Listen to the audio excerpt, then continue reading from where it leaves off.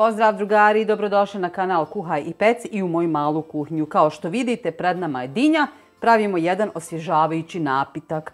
Od sastojaka vam treba samo voda, limun, dinja i svježa menta. I ako imate koju kockicu leda, ja je još nisam izvadila, tamo je u frižideru da mi se ne otopi. Idemo očistiti dinju.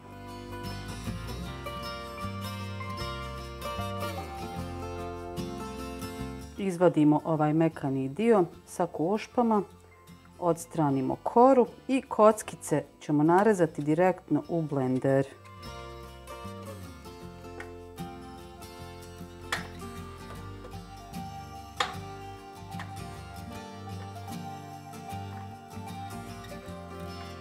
Upotrijebila sam pola dinje, sve sam fino nasjeckala i dodat ću pola količine pripremljene vode da se to sve što lakše smiksa.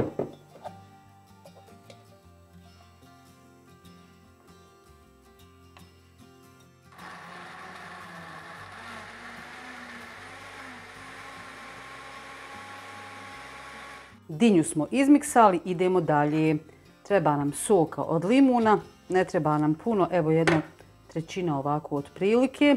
I treba nam oprana nana ili menta. Ovdje imam bokal, dakle nanu ili mentu ovako, dakle cijele listove ubacujem na dno i nacijedim soka od limuna otprilike za 1-2 kašike. Potom procijedimo i sok od dinje, a ako je slučajno ostao koji komadić, da ga se riješimo. Potom dodajemo još vode dok ne postignemo željenu gustoću. Ja sam pripremila količinu koju ja koristim, a vi sebi ocijenite da li vam je dovoljno gusto. Promiješate i ostavite da se dobro rashladi. Naravno, možete koristiti i šećer ili med ili neki drugi zaslađivač.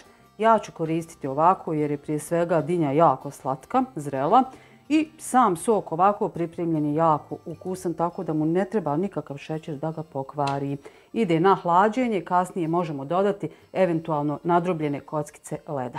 Eto, nadam se da vam se ideja sviđa. Lajkajte, prijavite se na moj kanal ukoliko to niste, pa se gledamo opet. Uživajte, čao!